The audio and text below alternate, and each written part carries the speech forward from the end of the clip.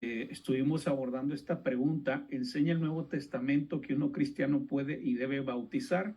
Y como has aclarado, pues nosotros no promovemos, ni siquiera tampoco fuera de las iglesias, hermano Luis, tampoco andamos diciéndole a la gente, pues, o a los hermanos, ¿verdad? Que se hagan bautizar por quien sea, ¿verdad? Por quien sea.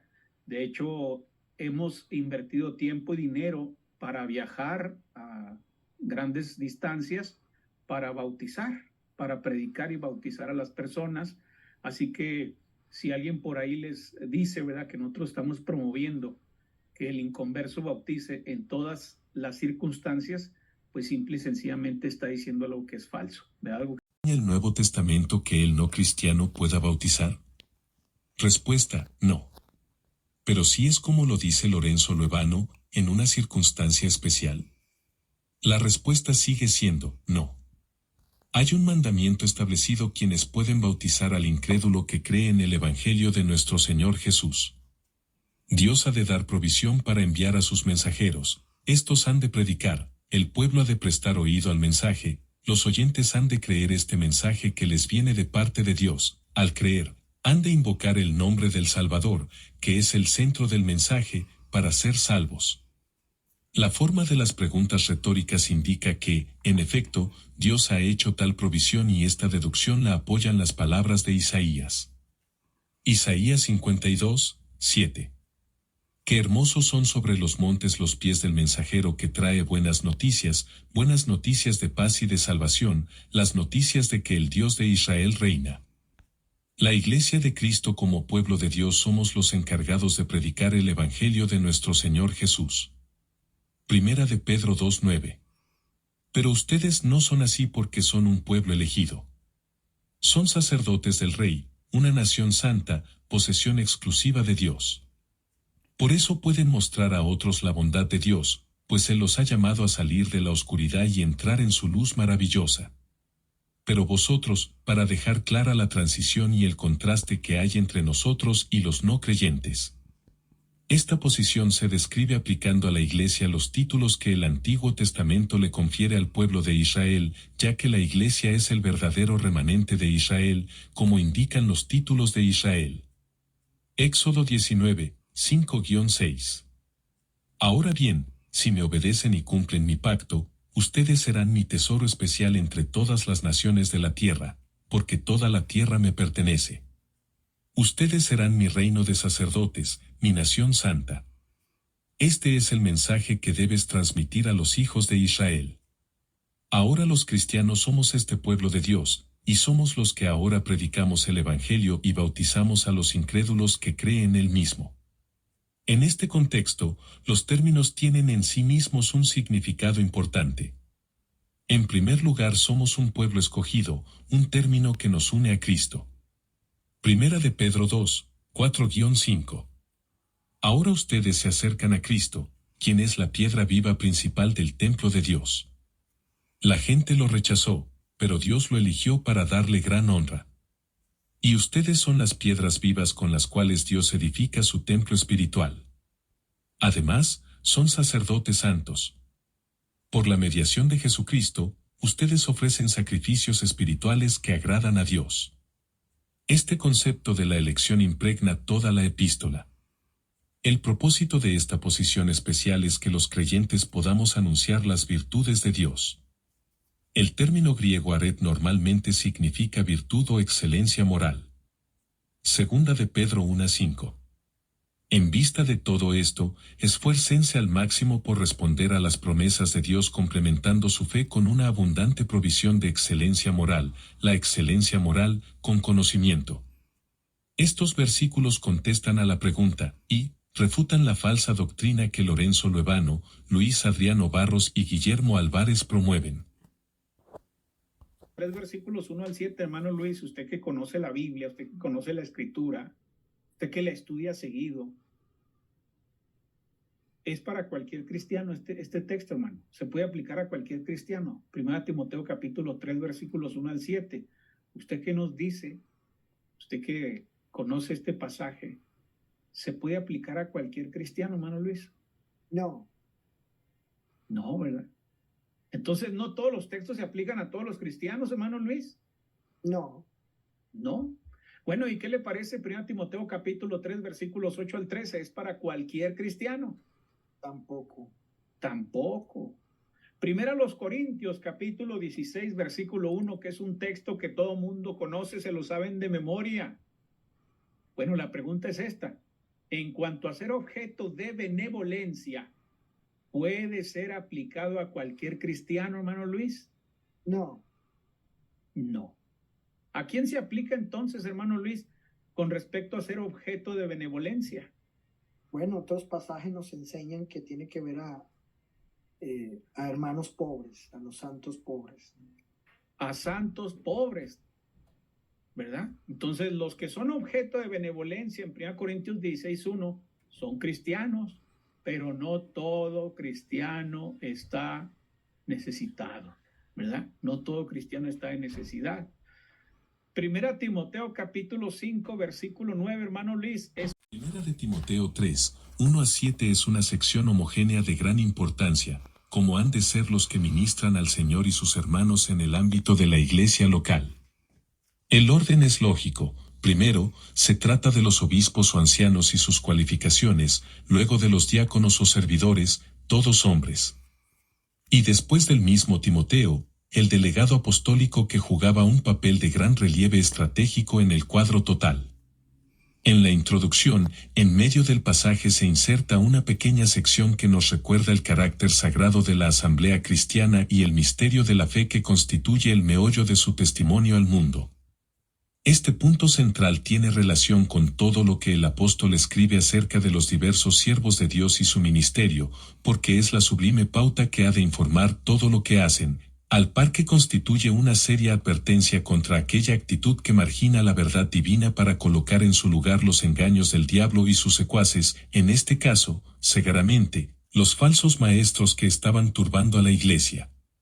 Los obispos, anciano, algunos como Lorenzo Loevano piensa que como estas instrucciones son para ancianos y diáconos quienes predicamos la palabra de Dios no tenemos responsabilidad.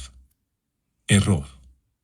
Lo que está haciendo Lorenzo Loevano con esto que dice acerca de 1 de Timoteo 3, 1 a 7 es desviar la atención de su bautismo que no es bíblico y que está introduciendo en la Iglesia de Cristo, como lo hace un hombre de paja. Pongo en contexto lo siguiente. Estos son los requisitos de los obispos o ancianos y diáconos quienes son los que están al frente de la iglesia local, como lo vemos en Filipenses 1:1. Saludos de Pablo y de Timoteo, esclavos de Cristo Jesús. Yo, Pablo, escribo esta carta a todo el pueblo santo de Dios en Filipos que pertenece a Cristo Jesús, incluidos los ancianos gobernantes y los diáconos. Lo que Lorenzo Loevano está haciendo es trazar las escrituras a su conveniencia para justificar su falso bautismo. Ahora, hermanos, notemos lo siguiente. Si Mateo 28, 19 solo se aplica para los apóstoles, los cristianos de hoy no podemos tomar como ejemplo el mismo para bautizar. Pero lo hacemos. Si 1 Timoteo 3, 1, 7 se aplica solo a los ancianos y diáconos, no podríamos predicar los cristianos de hoy, pero lo hacemos. El apóstol Pedro despeja la duda cuando dice, para que anuncies las virtudes de aquel que nos llamó. 1 de Pedro 2:9.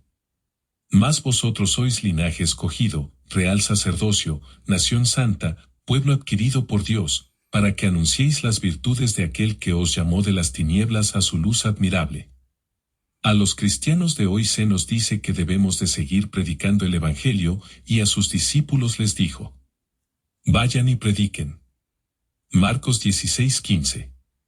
Y les dijo, id por todo el mundo y predicad el Evangelio a toda criatura. Si Mateo 28, 19, 1 Timoteo 3, 1 a 7 y los otros capítulos y versículos que usa como ejemplo, ¿son solo para los apóstoles?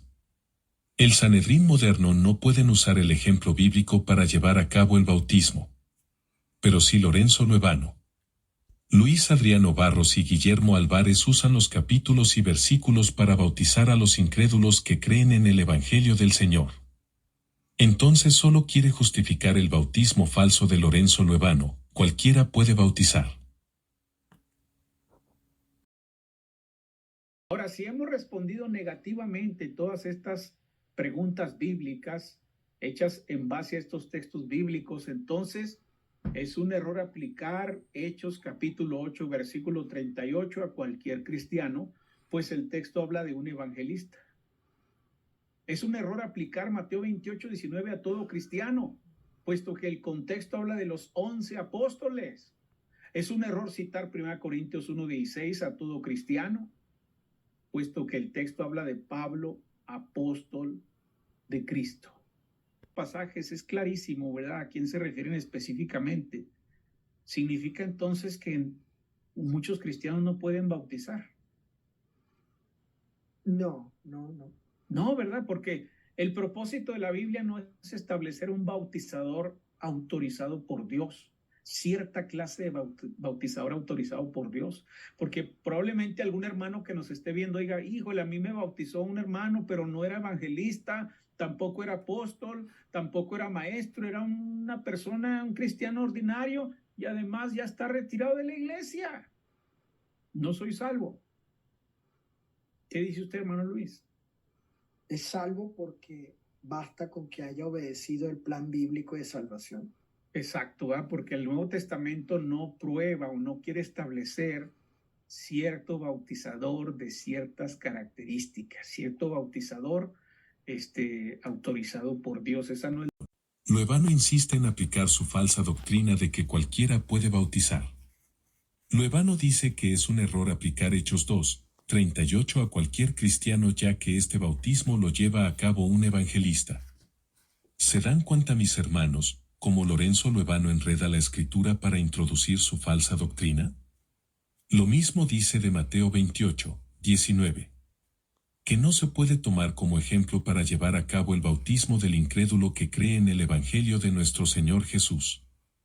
No tiene sentido lo que Lorenzo Loevano hace con las escrituras para justificar su falso bautismo. Siguiendo su exégesis de los textos que Lorenzo Loevano cita y que no se pueden tomar como ejemplo para bautizar. Por lógica y por exégesis, hermenéutica, gramática, texto y contexto. Estos textos citados por Loevano, hoy día no se pueden tomar estos ejemplos bíblicos para llevar a cabo los bautismos de hoy. Es claro que lo que Lorenzo Loevano está haciendo aquí es lo mismo que hace un hombre de paja. Jeremías 8:8. ¿Cómo decís, nosotros somos sabios, y la ley de Jehová está con nosotros? Ciertamente la ha cambiado en mentira la pluma mentirosa de los escribas. No hay duda que Lorenzo Loevano, Luis Adriano Barros y Guillermo Álvarez están usando y cambiando las escrituras a su conveniencia para justificar su falsa doctrina. Que cualquiera pueda bautizar. Incluso tiene un video donde dice que el bautizador, ¿verdad?, tiene que ser cristiano. Ahora resulta que es más importante el bautizador que el bautismo mismo. Ahora resulta que si no te bautiza un cristiano no sirve, no eres salvo, pero... Las mismas palabras de Lorenzo Loevano queriendo disfrazar su falsa doctrina sobre el bautismo de Lorenzo Loevano no es bíblico. Esto significa que el Sanedrín moderno compuesto por Lorenzo Loevano, Luis Adriano Barros y Guillermo Álvarez no pertenecen a la Iglesia de Cristo, misma a la que se dedican a juzgar. Lorenzo Loevano está usurpando la autoridad de nuestro Señor Jesús establecida que dice quienes deben bautizar al incrédulo que cree en el Evangelio. Lorenzo Loevano dice que en circunstancias especiales, ya que al Señor se le olvidó, puede bautizar cualquier persona. Lo dice él mismo claramente.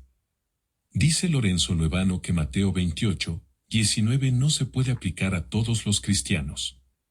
Esto da como resultado que quienes se bautizan, no lo pueden hacer como lo dice la palabra de Dios. Lorenzo Loevano cae en su misma falacia.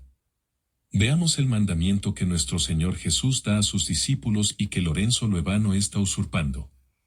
Refutación. A Lorenzo Loevano y su falsa doctrina del bautismo. Cualquiera puede bautizar. Mateo 28, 16-20. Entonces los 11 discípulos salieron hacia Galilea y se dirigieron al monte que Jesús les había indicado. Cuando vieron a Jesús, lo adoraron, pero algunos de ellos dudaban. Jesús se acercó y dijo a sus discípulos: «Se me ha dado toda autoridad en el cielo y en la tierra. Por lo tanto, vayan y hagan discípulos de todas las naciones, bautizándolos en el nombre del Padre y del Hijo y del Espíritu Santo. Enseñen a los nuevos discípulos a obedecer todos los mandatos que les he dado. Y tengan por seguro esto, que estoy con ustedes siempre, hasta el fin de los tiempos». Los discípulos se hacen a través de la predicación.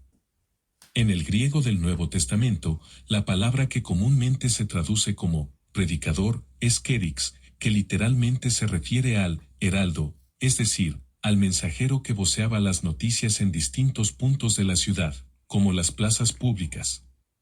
Este vocablo está relacionado con el verbo kerizo, que significa predicar o proclamar. Romanos 2:21. Ahora bien, si tú enseñas a otros, ¿por qué no te enseñas a ti mismo? ¿Predicas a otros que no se debe robar, pero tú robas? Querigma, término que puede ser traducido como predicación, pero que con el tiempo se convirtió en un tecnicismo para referirse a los aspectos fundamentales del mensaje cristiano. El Nuevo Testamento emplea el verbo kerizó para referirse a quienes predican el Evangelio. Primera de Timoteo 2:7. Y yo fui elegido como predicador y apóstol para enseñarles a los gentiles este mensaje acerca de la fe y la verdad. No estoy exagerando, solo digo la verdad. En resumen, el heraldo del griego kerix proclama o anuncia del griego kerizo el mensaje del griego querigma del Evangelio de Jesucristo. Vayan. ¿A quiénes les da este mandamiento nuestro Señor Jesús? Respuesta: a sus discípulos. Discípulo. Nombre y significado. Del griego matetés, literalmente. Aprendiz, alumno, discípulo, del verbo mantano, aprender mediante la experiencia. En los evangelios los discípulos por excelencia son los 12 apóstoles. En la primera comunidad, discípulo equivale a cristiano. Hechos 11:26. Cuando lo encontró, lo llevó de regreso a Antioquía. Los 12 quedaron allí con la iglesia durante todo un año, enseñando a grandes multitudes. Fue en Antioquía donde, por primera vez, a los creyentes los llamaron cristianos. Cristiano se aplica a todos los discípulos o creyentes en Cristo. Lo que en los evangelios se dice de los discípulos. Cristiano. Del griego cristianos. Título primeramente aplicado en Antioquía a los discípulos que confesaban que Jesús era el Mesías. Lo que significa que solo los cristianos de hoy podemos llevar a cabo este mandamiento de bautizar al incrédulo que cree en el Evangelio de nuestro Señor Jesús. Representarnos, desacreditarnos, ¿sí? Es una artimaña de algunos que no pueden debatir,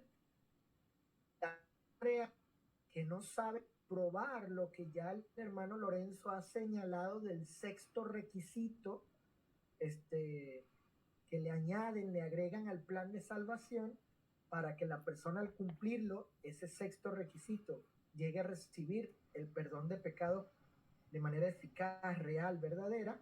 Como no pueden debatir eso, no pueden probar, entonces buscan pues mal representarnos, desacreernos ante los hermanos, ante las personas, ante la gente, ¿sí? Esa es una actitud típica de los estratagemas, ¿sí? De aquellos falsos maestros que enseñan error, para atacar, ¿no?